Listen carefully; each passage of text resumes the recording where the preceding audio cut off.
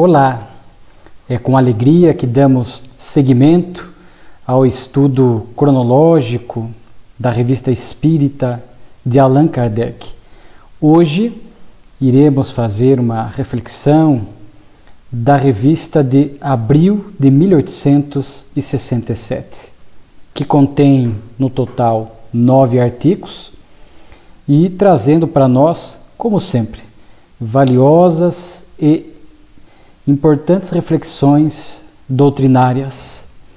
A revista começa com um artigo chamado Galileu, referindo-se, é claro, ao grande missionário, astrônomo, físico e engenheiro italiano que reencarnou no século XVI e desencarnou no século seguinte, XVII, que veremos e sabemos foi uma dessas almas missionárias que reencarnou naquela época em que o iluminismo exercia um papel muito importante, convidando a criatura humana a pensar, a sair dos chamados dogmas, ideias que não poderiam ser contestadas e que muitas estavam em equívoco e hoje vemos em desacordo com a ciência. Então muitos espíritos reencarnaram, colaborando para quebrar essas amarras da religião dominante que proibia a criatura humana de pensar e determinava as ideias que deveriam ser aceitas sem questionar. E fazia parte do processo evolutivo da humanidade romper essas amarras a fim de que a criatura humana, naturalmente exercendo a inteligência que Deus adotou, pudesse refletir e alçar voos na direção do infinito, na direção do progresso. E Galileu foi uma dessas almas. E naturalmente que o artigo vai ser muito amplo, veremos aqui muitos pontos importantes. Por que Kardec vai tratar dessa temática, Galileu? E aqui ele vai mencionar que era um drama literário, aqui diz ele, o acontecimento literário do dia é a representação de Galileu, drama em versos do Sr. Ponsard. Posto que nele não se trata de espiritismo, a ele se liga por um lado essencial, o da pluralidade dos mundos habitados. Nós já comentamos aqui algumas vezes, naquela época inicial da doutrina espírita, Kardec estava muito atento às atualidades e à questão literária, teatro, publicações em jornais e tudo que tivesse algum ponto de afinidade com a doutrina espírita, naturalmente que ele fazia questão de destacar e registrar na revista espírita. Não era importante que a obra, não era importante que o texto fosse 100% fiel aos postulados espíritas, o que era, naquele momento, quase que impossível. Kardec ficava feliz quando uma ideia, um dos pontos fundamentais da doutrina espírita era destacado por algum autor, por algum escritor, por algum poeta, ainda que não fosse este ponto ou esta ideia assim com coerência doutrinária, ainda que pudesse haver algum equívoco de interpretação, mas qualquer ideia onde o pensamento espírita estava presente e chegava para a população, para a humanidade de alguma forma, Kardec encarava como um ponto de apoio na divulgação da doutrina espírita, sobretudo naquela época, conforme já frisamos algumas vezes, um século profundamente materialista, de forma que essas ideias espirituais, muitas vezes com afinidade com a doutrina, merecia que Kardec trouxesse essa notícia na revista espírita. E aí ele fazia os devidos ajustes, os devidos acréscimos, se houvesse alguma distorção do tema, ou qualquer adendo que fosse oportuno. Aqui, como ele diz, era um drama em versos e tratava dessa questão da pluralidade dos mundos habitados, que é um dos pontos doutrinários. do Espiritismo. Aliás, diga-se de passagem, um dos pontos que a doutrina aborda e que a maioria das religiões silenciam ou falam muito pouco, até por falta desse cuidado de alinharem-se com a ciência que avança em termos de conhecimento. E Kardec, aqui nós vamos destacando alguns trechos, que este artigo ele é muito profundo. Diz Kardec: o destino da humanidade está ligado à organização do universo, como do habitante o está à sua habitação. Era necessário, e o Espiritismo certamente colaborou com isso, que o nosso pensamento saísse, não ficasse apenas centrado no planeta Terra.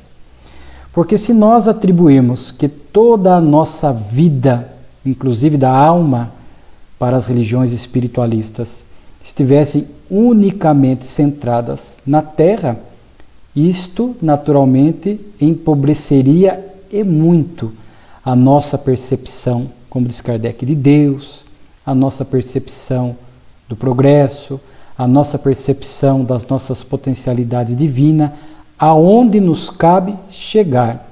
Porque quando nós falamos de objetivo existencial, quando nós falamos de destino, de futuro, daquilo que nos cabe realizar enquanto espíritos imortais, que herdamos o potencial divino, se eu limito isto tudo a uma única vida na Terra, isto reduz e muito a nossa percepção e o nosso entendimento da vida. Agora, se eu amplio isto para as múltiplas vidas, a reencarnação, e se eu amplio isto para a pluralidade dos mundos habitados, onde o nosso processo evolutivo não se limita apenas às experiências no orbe terrestre, é claro, como diz aqui Kardec, a nossa percepção se amplia na direção do infinito. E daí nós começamos a ter um entendimento melhor da vida, do porquê reencarnamos, o que nos compete fazer, a questão do progresso intelecto-moral. Daí decorre inúmeras consequências intelecto-morais para que possamos avaliar e levar em conta na pauta do nosso dia a dia, da nossa vida. Aqui Kardec, com a sua sabedoria, diz: se tivessem sempre conhecido a estrutura da Terra, jamais teria pensado em colocar o inferno nas suas entranhas. Se tivesse conhecido o infinito do espaço e a multidão de mundos que aí se movem, não teria localizado o céu acima do céu das estrelas. Não teria feito da Terra o ponto central do universo, a única habitação dos seres vivos. Não teria condenado a crença nos antípodas como uma heresia.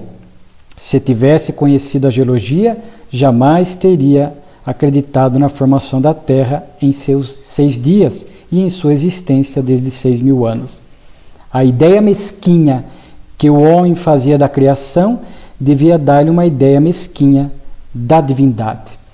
Então, à medida que nós vamos entendendo esta amplitude da vida, melhor nós vamos entendendo a amplitude de Deus, a sua criação.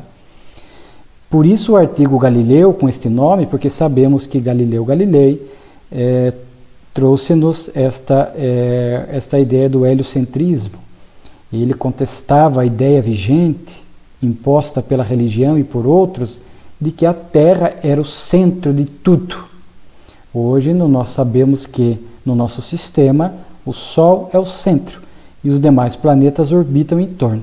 E hoje, com a percepção do universo, ou até de universos, como se fala, nós vamos entendendo a grandeza de Deus, a perfeição da divindade. Os números são astronômicos. Fui procurar alguns dados mais atualizados e nós vamos perceber que hoje são, dentro desse infinito do espaço, bilhões de galáxias. Pasmem, a galáxia mais distante que nós conhecemos fica a distância aproximada de 13 bilhões de anos-luz. Velocidade da luz, 300 mil quilômetros por segundo. Se nós viajarmos 300 mil quilômetros por segundo, nós vamos demorar 13 bilhões de anos para chegar na galáxia mais distante. Então, olha só, é algo que nós temos a dificuldade de compreender, porque é algo muito grande, além das nossas mensurações e percepções, que é a galáxia HD1. Andrômeda, a galáxia vizinha da nossa Via Láctea, 2,6 milhões de anos-luz, aproximadamente. A nossa Via Láctea é uma galáxia mediana, se comparada com essas bilhões de galáxias. Ela tem, de um extremo ao outro, 105 mil anos-luz. Então, para atravessar a nossa galáxia de ponta a ponta, seriam aí 100 mil anos viajando na velocidade da luz. Então, quando nós passamos a analisar tudo isso, um pensamento natural, essa vida só na Terra, a nossa evolução está limitada só à Terra. Então, hoje, essas informações da ciência começam a permitir que o nosso pensamento voe mais alto na direção do infinito. E a doutrina espírita, ela aceita esses avanços da ciência, porque já trabalhava em suas bases com a pluralidade dos mundos habitados. Então, nós começamos a entender tudo isso. Então, não tem como céu em cima, inferno embaixo, porque o que é acima, o que é embaixo, nessa imensidão do universo? Céu, cada planeta teria seu céu, assim, bilhões de céus. Então, naturalmente, que muitas questões vão sendo colocadas em xeque com tudo isso. Claro que muitos preferem negar. Já comentamos aqui, muitas religiões vêm perdendo adeptos porque elas insistem em ideias retrógradas que a ciência está mostrando diferente. O espiritismo é progressista. Aquilo que a ciência nos apresenta de oficial, de unânime, de incontestável, a doutrina aceita. E com a ideia da pluralidade dos mundos habitados, imortalidade, reencarnação, este progresso infinito na direção do divino, naturalmente que essas descobertas da ciência vão encontrando espaço para serem acomodadas e entendidas na doutrina espírita ou pela doutrina espírita. Então, quando nós analisamos o universo ou os universos com a percepção espírita, nada nos estranha. Nós olhamos, portanto, cada planeta como se fosse um educandário, uma escola. O corpo uniforme, a vestimenta do espírito, evolui em cada planeta. Quando evolui tudo que o educandário permite, vai para outros mundos, e cada vez mais aprendendo e progredindo, a ponto de um dia ele poder ser um grande colaborador de Deus. Então Kardec fala que o erro das suas crenças sobre a origem e o destino da humanidade tinha como causa sua ignorância das verdadeiras leis naturais, né? E que muitas ideias religiosas foram erigidas nessas percepções falsas. Essas ideias, essas percepções equivocadas, nós poderíamos dizer que fazia parte do processo evolutivo da humanidade. Nós iríamos gradativamente progredindo, entendendo a vida, a Terra, o universo. Era natural que mais imperfeitos, mais atrasados, com conceitos equivocados, estabelecêssemos outros conceitos equivocados. Tudo isso faz parte do processo evolutivo. O grande problema é muitas religiões, ou muitos pensadores, ou muitas ideias que se mantêm no erro, apesar destas grandes descobertas da ciência. Então Kardec aqui faz um elogio a Galileu, dizendo que ele abriu caminho a novos progressos, conforme nós já mencionamos, né? O heliocentrismo.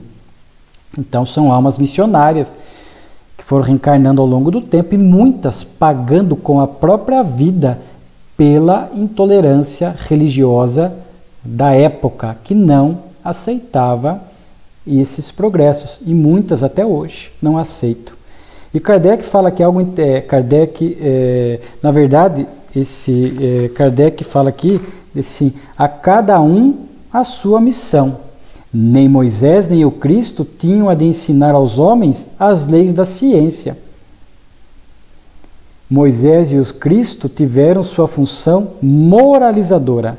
A gênios de uma outra ordem são deferidas as missões científicas. Então, olha que interessante. É conforme o estado intelectual da humanidade. Jesus conhecia tudo isso que nós estamos falando? Sim, o governador da terra, Espírito puro, conhecia tudo. Mas não poderia falar tudo, e ele sabia.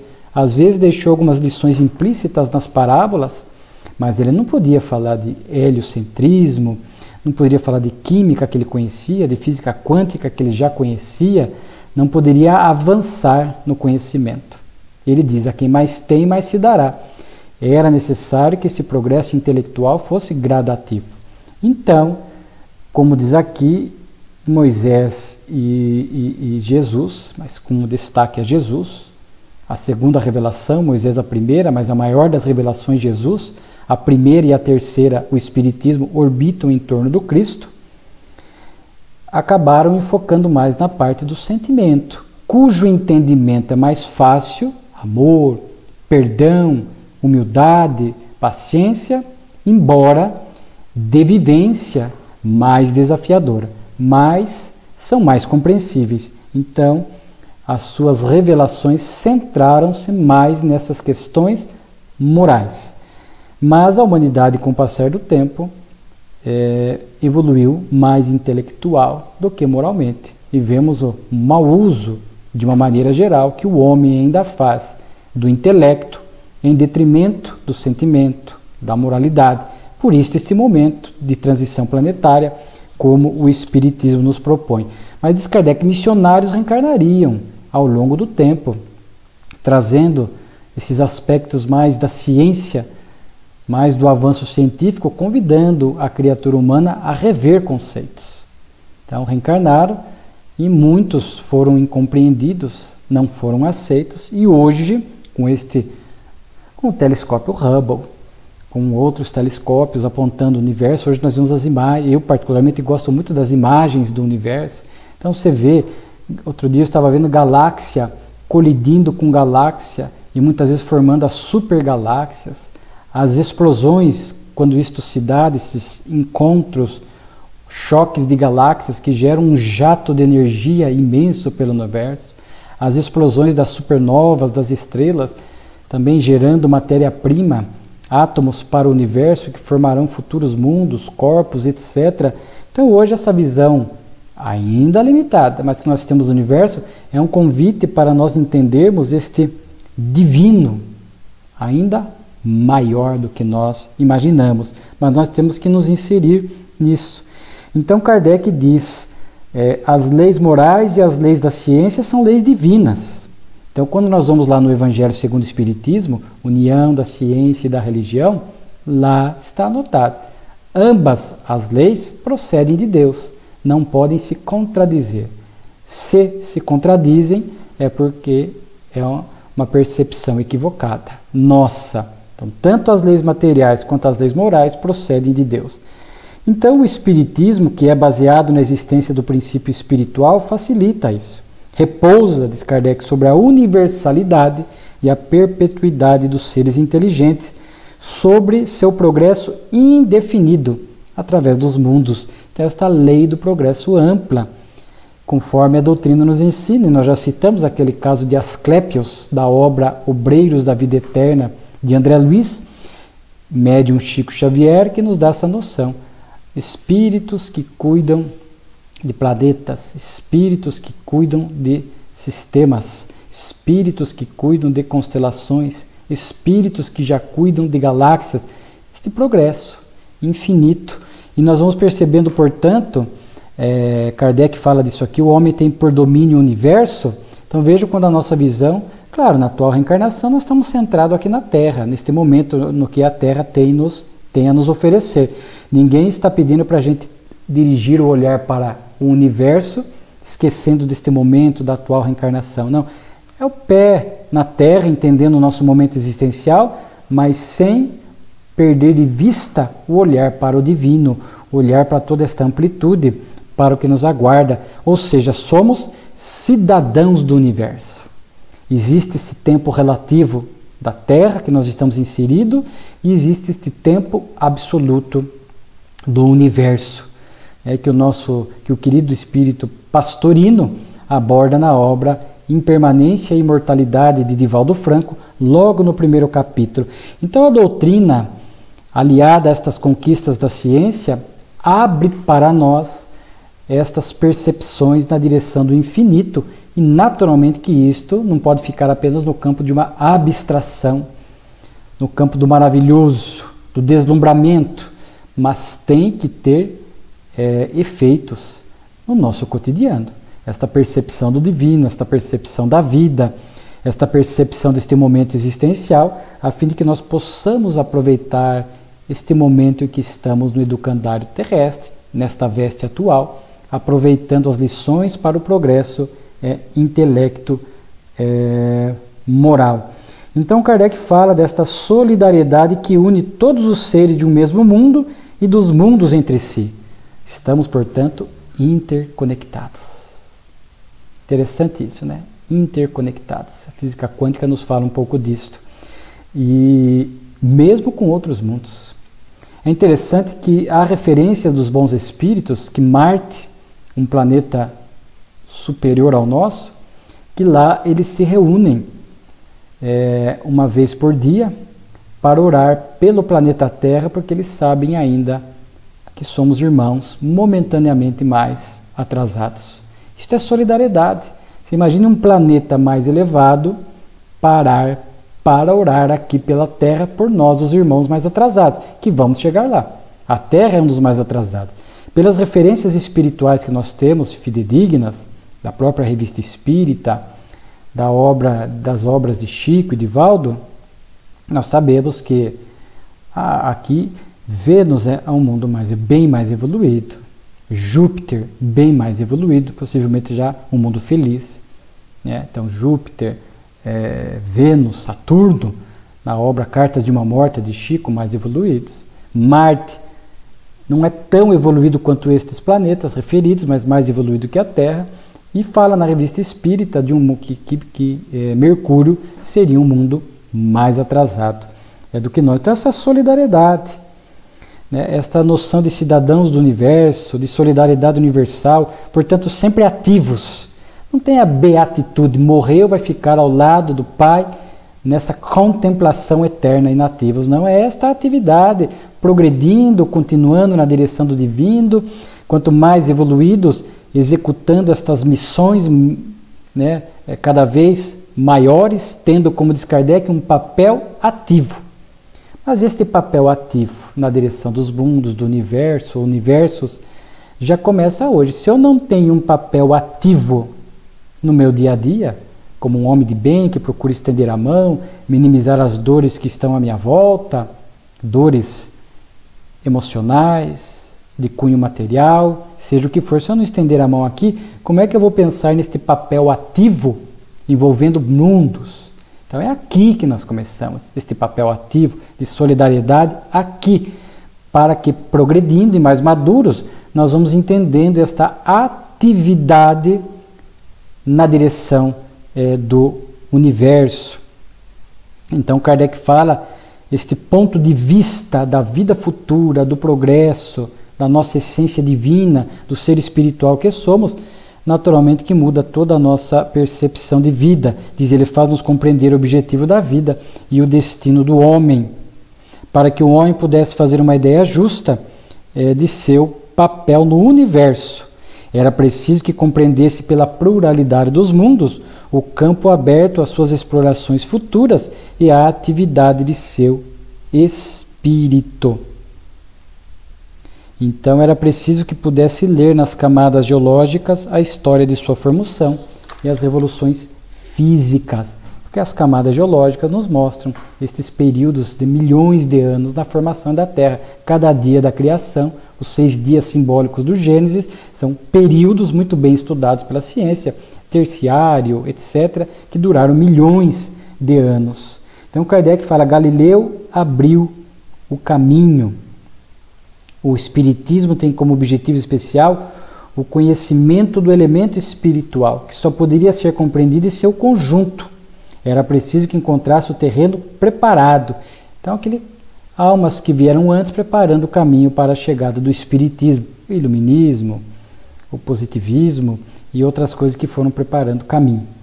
Então, Galileu abriu o caminho. O Espiritismo deve colocá-lo na classe dos grandes gênios que rasgaram a via. Então, Kardec aqui elogia este drama literário do Sr. Ponsard e vemos aqui rapidamente quantas cogitações intelectuais e morais ela nos propicia. Então, vez que é outra, através da meditação, do recolhimento, nós temos que pensar nisso, a sair um pouco deste presente, pensando um pouco em passado e futuro. Somos espíritos que já temos aí, segundo André Luiz, no mínimo 2 bilhões de anos de história. Criados por Deus, simples e ignorantes, estagiamos nos 3 reinos inferiores por 1 bilhão e 500 milhões de anos, aproximadamente, como sugere André Luiz na obra Evolução em 2 Mundos. Então, olha o nosso passado. Quanto investimento divino! Há quanto tempo estamos aqui começando a exercer a racionalidade, o despertamento do senso moral, uma sociedade organizada. A Terra era um mundo primitivo, com a vida de Jesus nos transformamos num mundo de provas e expiações e agora caminhando para um mundo de regeneração, onde há o desejo do bem. Então, este tempo futuro, um dia lá na frente, iremos para outros educandários, para as muitas moradas da casa de meu Pai, como disse Jesus. Então, a nossa visão de progresso, essa questão morreu, descansou, é uma visão muito simplista e equivocada. Esses trabalhos do espírito, enquanto cidadão do universo, são trabalhos de cooperação com o divino, não esse trabalho material da Terra que cansa a matéria, cansa o corpo. Esses trabalhos do espírito revigoram e nos planificam espiritualmente, né? Então, mas repetimos, né? Papel ativo.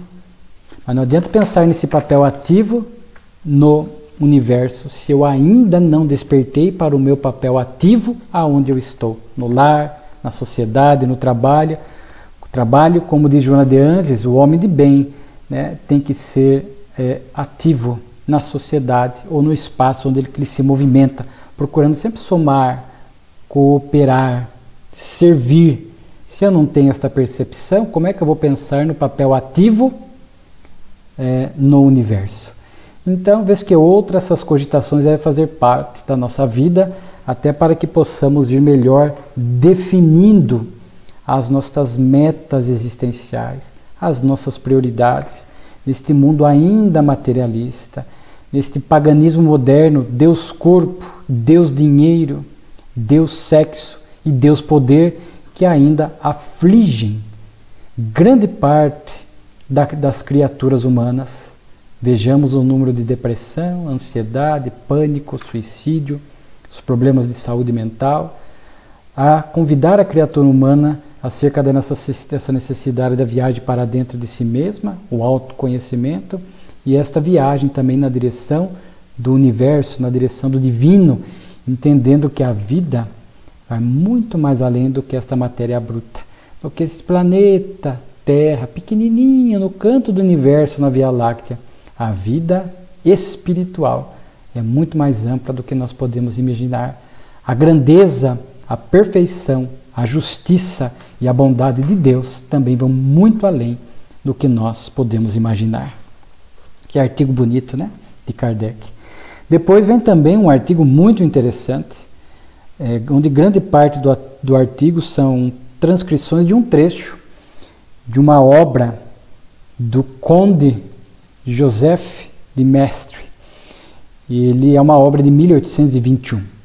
Kardec também gostava de trazer para a Revista Espírita ideias que se afinavam com a doutrina espírita antes do surgimento do Espiritismo, para demonstrar que são ideias gerais, ideias que estão dentro das leis da natureza e que o Espiritismo não as criou, apenas ampliou o nosso conhecimento para que pudéssemos melhor entendê-las. E aqui o artigo do Espírito Profético vai falar um pouco desta transição e desta percepção da humanidade de que os tempos são chegados. Aqui Kardec vai citar no artigo toda esta obra, né, do Conde Joseph de Maistre, falando disso. E aqui nós vamos perceber que muitas almas mais evoluídas, mais sensíveis ao longo do tempo, foram trazendo esta percepção de que os tempos são chegados, que uma nova ordem, ciclos evolutivos. Muitos interpretaram isso como o fim do mundo, mas na verdade são fim de ciclos evolutivos, porque à luz da doutrina espírita, conforme está em O Livro dos Espíritos, os mundos também progridem à medida que os seus habitantes progridem intelectual e moralmente. Então Kardec vai citar textualmente muitos trechos da obra que encontram esta afinidade com a doutrina espírita. E aqui diz o Conde católico: mais do que nunca, senhores, devemos ocupar-nos dessas altas especulações, porque devemos estar preparados para um acontecimento imenso na ordem divina para a qual marchamos. Oráculos terríveis, aliás, anunciam que os tempos são chegados. Vários teólogos, mesmo os católicos, acreditam que fatos de primeira ordem e poucos afastadas estavam anunciados na revelação de São João. Aqui a obra de João, o evangelista, Apocalipse, que fala, através de símbolos, deste momento de transição planetária, que a Terra passaria, porque são ciclos evolutivos. A Terra atingiria este ciclo que nós estamos vivendo de transição, porque a Terra vai progredir. Já vimos aqui algumas vezes os espíritos que não se ajustarem à nova proposta evolutiva da Terra, que praticam o mal pelo mal, que se comprazem no mal, sairão naquela visão do artigo anterior, a pluralidade dos mundos habitados, irão para outros educandários, alunos repetentes que devem trocar de educandário ou de sala de aula, porque não querem, neste momento, aprender, evoluir. Então vou para outras salas para que não atrapalhem mais aqueles que querem progredir. É o que está acontecendo com a Terra. E aqui o Conde vai falar desta percepção que muitos teólogos, pensadores, falavam disso, né? E ele diz ainda: várias profecias contidas no Apocalipse se referiam a nossos tempos modernos. Um desses escritores até chegou a dizer que o acontecimento estava começado e que a nação francesa deveria ser o grande instrumento. E era, porque ali seria o solo onde viria a doutrina espírita, através do mestre de Lyon, Hippolyte Léon Denisard Rivail, Kardec. Então a nação francesa, aquela época que tinha alto destaque na Europa, na questão intelectual, era onde podia vir a doutrina espírita para florescer naquele momento, para eclodir. Já citamos aqui, os Estados Unidos foi o berço dos fenômenos, as irmãs Fox, a nação francesa, o berço filosófico da doutrina, e o berço religioso seria aqui, em nosso solo brasileiro. Então, este artigo já vinha falando deste grito geral, achei bonito isso, este grito geral, os ciclos evolutivos que a doutrina espírita vem. Como ele compara, como a vinda de Jesus já era anunciada há muito tempo, por muitas escrituras, por muitos profetas, e de fato aconteceu. Ele cita aqui, né, esse texto, este grito geral, e fala: naquela época, em voz alta, do Oriente já vinha, o vencedor partirá da Judéia, um menino divino nos é dado, vai aparecer, desce dos mais altos. E esta profecia se consumou com a encarnação de Jesus. Eram ideias espalhadas universalmente. Nem todos aceitavam, nem todos paravam para pensar.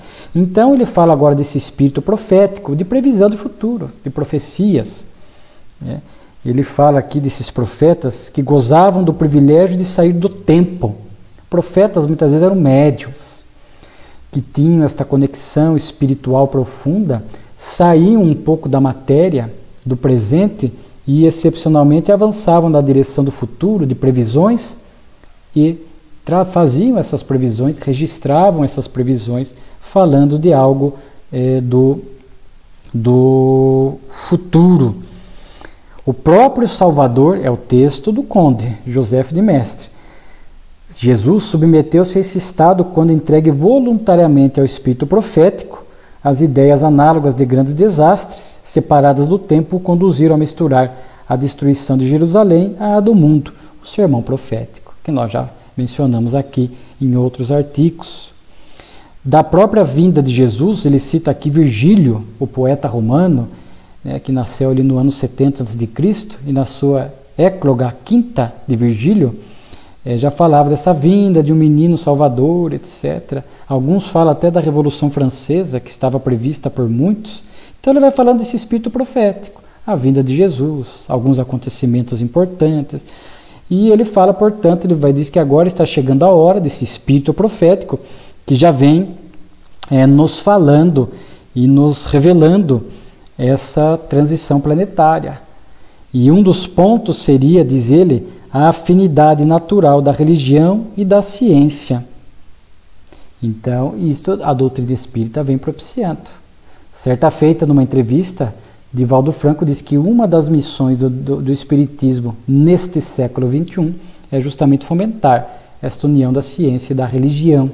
E o espiritismo, conforme vimos no primeiro artigo, tem nas suas bases algo que vai propiciar naturalmente este caminho. Porque ao permitir o intercâmbio espiritual, a revelação dos espíritos que nos falam de imortalidade, mediunidade, reencarnação, etc., instiga a ciência a pesquisar. E muitos missionários reencarnam nessas áreas e se identificam com essas áreas de pesquisas e vão pesquisar reencarnação. Ian Stevenson, por exemplo, o Dr. Ramachandran, Hernani Guimarães aqui no Brasil, vão estudar mediunidade, médiuns em transe, como é que é o funcionamento cerebral nesta hora, vão pesquisar a vida após a morte, como Charles Richer. Enfim, almas missionárias vão reencarnando e vão fomentando estas pesquisas, que ainda são isoladas, mas que à medida que avançamos na direção da transição planetária e no início de um mundo regenerado, certamente essas descobertas se ampliarão e farão esta fusão com as religiões, que terão que aceitar. Porque quando vier algo unânime, ou as religiões aceitam e se adaptam, ou deixarão de existir. E aí a criatura humana, a partir dessas revelações científicas, para aqueles que são mais intelectuais, e ao perceberem que essas revelações apontam, confirmam a reencarnação, já muda a vida. Que se eu passo agora, a ciência está me falando a reencarnação é uma realidade, opa, então não estou aqui apenas para curtir a vida, apenas para usufruir, para matar tempo, estou aqui por um propósito maior, conforme também vimos no artigo anterior. Isto impacta nas nossas escolhas, nos nossos objetivos existenciais. Então, o texto aqui fala desses homens espirituais, esses médiuns que vão propiciando, e é de 1821. E a obra já falava da terceira revelação. Ele usa uma expressão até bonita, que eu gosto dessas expressões diferentes. A terceira explosão da onipotente bondade em favor do gênero humano. O Espiritismo. Explosão da onipotente bondade. Então muitos já estavam prevendo a chegada da terceira revelação. Nem todos reconhecem o Espiritismo como terceira revelação, mas para nós, sem dúvida alguma, o Espiritismo é esta terceira revelação, é anunciada a vinda do Consolador prometido, que viria para ficar, repetir o que Jesus disse, trazer coisas a mais e ficar conosco até o final dos tempos, porque estaria revelando para nós leis divinas imutáveis. Então ficaria conosco até o final dos tempos. Então é um texto muito interessante. Aí Kardec, a nota pequena de Kardec, que é incomparável. Estas palavras são tanto notáveis quanto emanam de um homem de um mérito incontestável como o escritor, e que é tido em grande estima no mundo religioso. Talvez não se tenha visto tudo quanto eles encerram, porque são um protesto evidente contra o absolutismo e o estreito exclusivismo de certas doutrinas. As passagens sublinhadas são bastante explícitas e é supérfluo comentá-las. Sobretudo os espíritas compreenderão facilmente o seu alcance. Seria impossível não ver aí a previsão de coisas que hoje se passam e as que o futuro reserva à humanidade, Tanto essas palavras se relacionam com o estado atual e com o que por todos os lados anunciam os espíritos, a transição planetária. E é interessante que depois de um texto desse, aí muitas vezes vimos assim na Revista Espírita, e eu acho isto apaixonante, Kardec, na Sociedade de Paris, aqui não fala se ele foi evocado ou se foi uma comunicação espontânea, mas pouco importa, vem o próprio Conde, Joseph de Maistre, trazer uma comunicação, e ele é recebido, acolhido ali na Sociedade de Paris, e o médium Delian, a grande revolução, pergunta ao espírito dessa grande revolução que ele pressentia, desse espírito profético, e aí ele vai dizer: senhores, não é a primeira vez que eu me encontro entre vós. Como me introduzi oficialmente hoje, pedirei que aceitate os meus agradecimentos. O amor da verdade foi o meu guia único. E se em vida fui partidário de uma seita que se aprendeu a julgar com severidade, é que eu cria nela achar os elementos, a força necessária para aceitar, chegar ao conhecimento que eu suspeitava. Vi a terra prometida, mas não pude penetrá-la em vida. Mais feliz que eu, senhores, aproveitai o favor que vos é conferido por vossa boa vontade, melhorando o vosso coração e o vosso espírito, e fazendo partilhar de vossa felicidade aos vossos irmãos de humanidade. Então, a terra prometida é a terra regenerada. Quando nós vimos nas escrituras antigas referência a esta terra prometida, não era um local circunscrito aqui na terra de uma determinada nação. É esta terra prometida, renovada, regenerada, um mundo de regeneração que viria. E ele fala: mais feliz do que eu, vocês espíritas que conhecem tudo isso e devem partilhar. E ele diz assim, que ele discordava da imutabilidade do ensino e da impossibilidade de novas manifestações da vontade divina. Então vimos muitos missionários que, embora estavam na igreja dominante, na religião dominante, vinham e discordavam de alguns pontos, que eram almas que traziam já um intelecto moral acima da média. Como citamos aqui em fevereiro de 67, Lacordaire e as mesas girantes. Lamennais também discordava da infalibilidade papal, os dois, chegando no mundo espiritual, filiaram-se, aderiram-se por afinidades à equipe do Espírito de Verdade, para colaborar para a vinda da doutrina espírita. Joseph de Maistre também discordava de muitos pontos, já falava desse espírito profético, dessas revelações divinas. Ele não falava o espiritismo, mas já sabia que viria uma nova revelação. Então diz ele que penetrado das santas escrituras que li, reli e comentei, me faziam prever a vinda nova, as novas verdades. Então ele fala dessa nova revelação. O espírito profético em outras religiões ou seitas toma uma outra forma. Missionários reencarnam ali e não vão falar explicitamente de muitos pontos da doutrina espírita para não causar ali dissensão, problemas, mas trazem outras formas de revelação, muitas vezes mais associadas à parte moral, porque agora a Terra necessita avançar moralmente.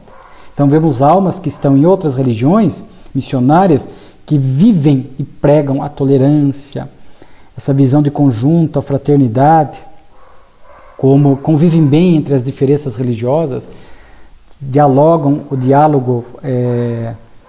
esse diálogo interreligioso, fazem isso com naturalidade.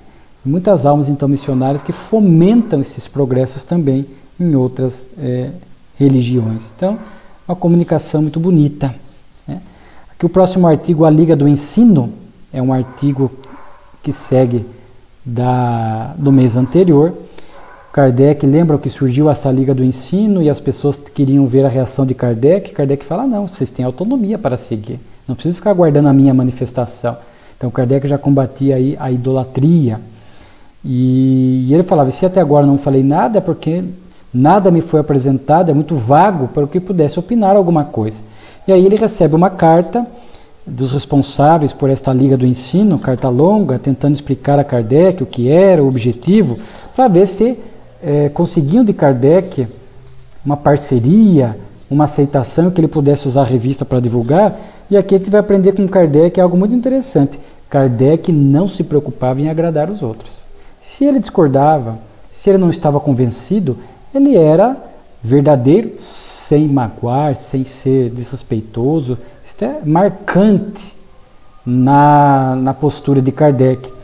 E ele diz, vai falar aqui, li a carta, percebi, mas continua muito obscura, os objetivos não estão muito bem traçados, os planos de execução não estão muito bem definidos, e Kardec, que trabalhou com projetos pedagógicos, sabia na França, como Hippolyte, sabia muito bem da necessidade de algo ser mais explícito, ter projetos, planos de execução, objetivos muito bem estabelecidos para que depois, mais à frente, não houvesse problemas.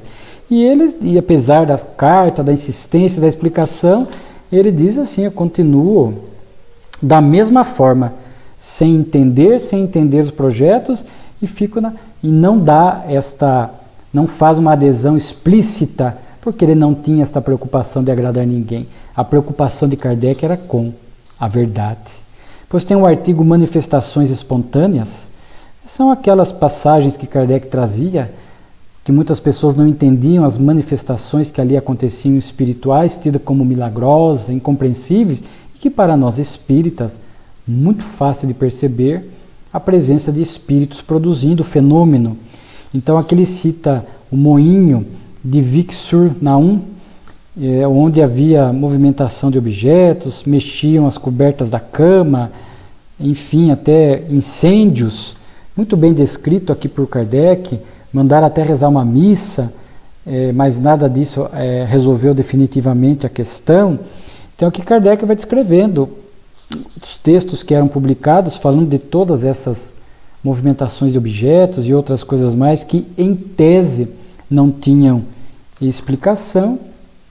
E Kardec vai falar: fatos como esse pertencem ao mesmo gênero dos fenômenos dos Poitiers, que estavam em outras revistas que a gente já estudou, de Marselha, de Deep, né? Então ele vai perceber que nada tem de maravilhoso. Claro que as manifestações físicas são as mais fáceis de simular, de fraudar. Kardec tinha essa preocupação. Primeira questão, tomar cuidado e ver se não é nenhuma fraude, se alguém não está querendo enganar, porque naquela época fazia-se isso para colocar a doutrina espírita em maus lençóis. E Kardec fala que o espiritismo é o primeiro a se preocupar e a combater as fraudes, e que este tipo de fenômeno espiritual, material, era o mais fácil de simular. E se descartar destas causas, na verdade só pode ser obras dos espíritos, divertindo-se com os terrores e as impaciências. O melhor meio de se desembaraçar deles não é de se inquietar com os mesmos e cansar a sua paciência, que jamais é longa. Pode-se ainda deles se livrar evocando-os com o auxílio de um bom médium e orando por eles. Então Kardec inclusive apresentava, e viam muitas vezes evocações nesse sentido, o espírito era orientado e os fenômenos dessa ordem cessavam. Então a causa está desta lei da natureza que o Espiritismo revelou, que é esta relação do mundo físico com o mundo espiritual e vice-versa. Aí ele cita uma outra manifestação semelhante de Menilmontant, onde a campainha era tocada e não tinha ninguém na porta, mas a distância da campainha, da porta, a área, era impossível alguém apertar a campainha e desaparecer, porque era uma área longa, aberta, em que ao abrir a porta, por mais que se demorasse, a pessoa não tinha como fugir do raio de visão daquele que abria a porta. Então, sugeria também uma manifestação espiritual.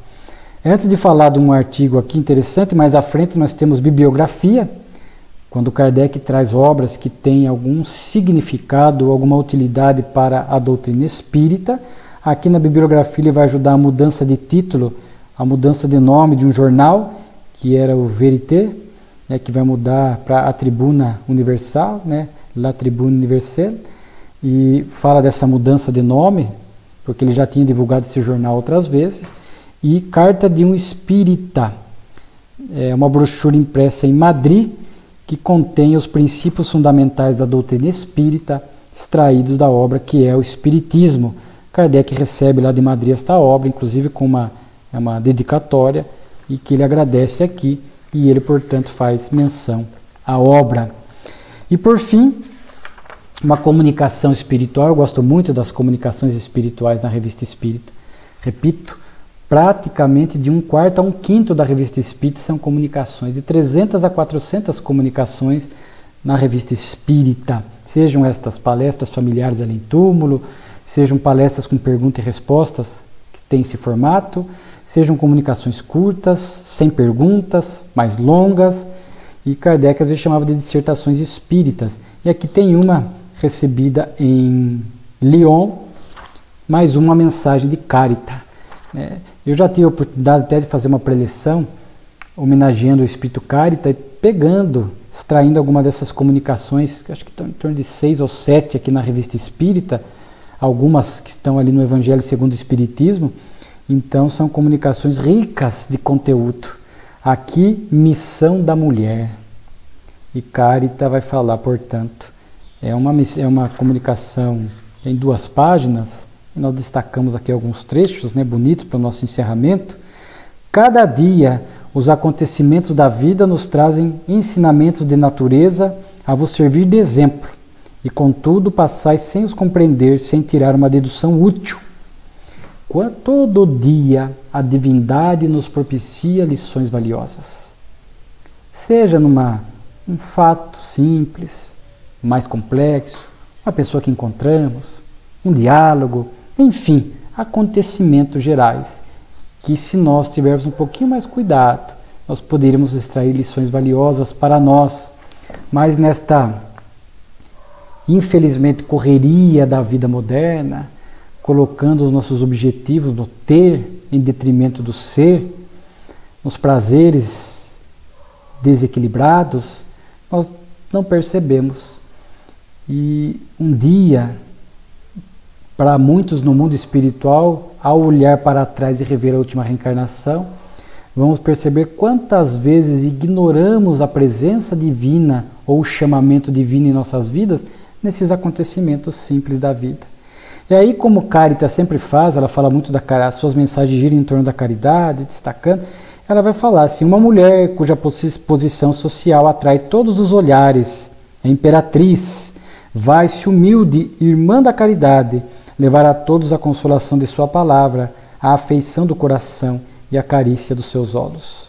Então vai destacar esta imperatriz, que ela não identifica, ela tem outras mensagens nesse tom de pessoas mulheres de coração sublime, que se sensibilizam com as dores alheias e vão na direção da caridade, do consolo. O perigo é iminente, o contágio é iminente, está no ar, e contudo ela passa. Quer dizer, não se preocupa com os perigos. Assim, a gente começa a justificar muito: não vou praticar caridade porque tem risco disso, o risco daquilo.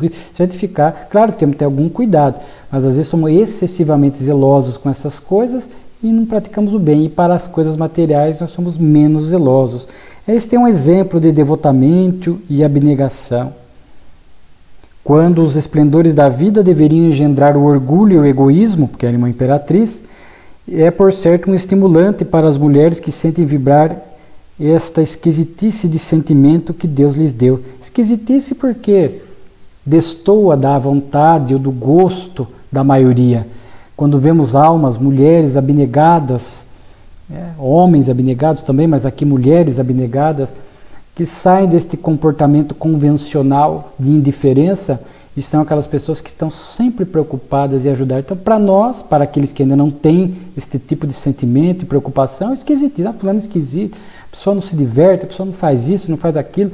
Então, muitas vezes a pessoa de bem, altamente vocacionada para a caridade, é tido como uma pessoa esquisita, quando na verdade é uma alma de bem, iluminada ali, praticando o bem, nos ensinando, espalhando consolação e tal. É a ela que Deus confia os primeiros passos de seus filhos. E Ele as escolheu como as nutrizes das doces criaturas que vão nascer. A missão da maternidade. A mulher, nós já falamos, o espírito não tem sexo. Reencarna ora como mulher, ora como homem. Questões 200 a 202 do Livro dos Espíritos. De acordo com as missões e dos aprendizados que deve fazer. O homem trabalha mais o ânimos, e trabalha mais a intrepidez, a ousadia. A mulher, o ânima, o sentimento, a doçura. E a gente percebe isso. Quando nós olhamos, é estatístico, nos templos religiosos, mais mulheres. Nas tarefas voluntárias, mais mulheres, porque são almas que já viveram muito em corpos femininos e despertaram este sentimento de renúncia, de doação, de amorosidade, a maternidade. E nós, que estamos hoje num corpo masculino, se já não aprendemos isso num corpo feminino lá atrás, em várias experiências, que existem homens, existem almas, que ou estando no masculino ou no feminino, já demonstram esta fusão de ambas as energias, ânimos e ânima, demonstrando uma conduta mais equilibrada. Jesus para nós é o ápice deste modelo, ora o ânimos, ora a intrepidez, a ousadia, raça de víboras, até quando estarei convosco? Ora o ânima, a docilidade, a ternura, por exemplo, acolhendo a mulher adúltera, deixai vir a mim as criancinhas. Então Jesus é para nós este modelo de fusão. Por isso reencarnamos ora no masculino, ora no feminino, para que possamos ir extraindo estas lições necessárias. Mas para muitos de nós ainda predomina a energia masculina, a intrepidez, a ousadia, a ação, mas com violência, com desrespeito, com machismo, etc. Ora predomina o ânima, a docilidade, mas com submissão. É uma pessoa passiva e dali faz muitos conflitos. O ideal é a fusão das duas, né? Por isso a reencarnação na Terra vai propiciando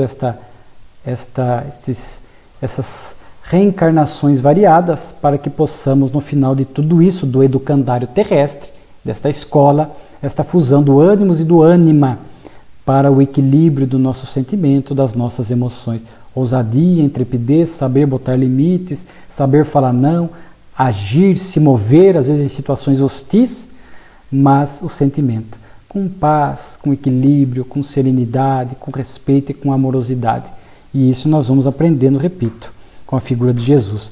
Portanto, as mulheres que têm mais essa candura, este sentimento, esta doçura, vão ensinando para nós. Por isso que muitas vezes eu vi não me lembro em qual obra de André Luiz, ele fala, aquele que envergou na terra um corpo feminino, que já vem trabalhando há algum tempo este sentimento, esta doçura, acaba muitas vezes sendo obsessora por tempo menor. É comum nas obras espíritas o obsessor no corpo masculino, e às vezes perdura séculos, às vezes mais tempo.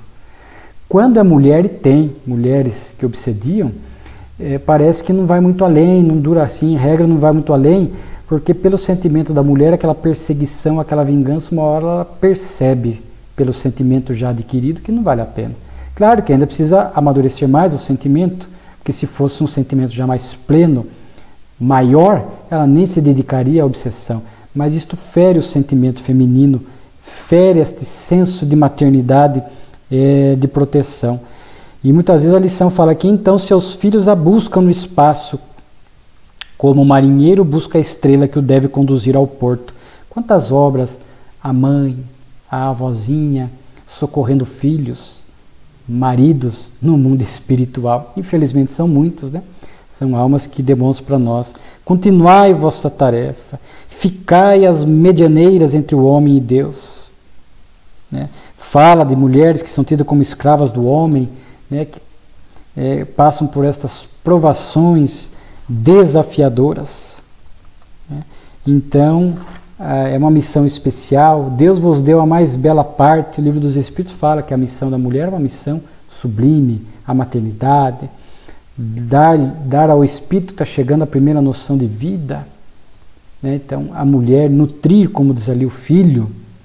Então, Deus vos sorri, coragem. Deus está a amenidade que caracteriza a mulher. Quer sejam imperatrizes, irmãs de caridade, humildes trabalhadoras ou suaves mães de família, estão todas sob a mesma bandeira e levam na fronte e no coração estas duas palavras mágicas que enchem a eternidade, amor e caridade. Então é uma bela mensagem de Carita para as mulheres que muitas vezes padecem, por conta do machismo, situações realmente muito tristes e ainda lamentáveis, como vemos aqui, por exemplo, não é só no Brasil, mas no Brasil, essa chamada violência doméstica. Então, esta maternidade, nós homens se já não vivenciamos, possivelmente sim, mas ainda vivenciaremos mais. Esta missão da maternidade até que possamos aprender com este sentimento que é a maternidade,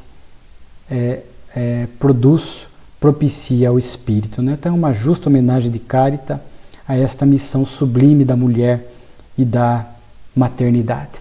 Então, mais uma revista espírita com muito material, com muitas lições para a nossa reflexão, e sempre concluímos pela beleza desta obra do nosso nobre codificador, Allan Kardec.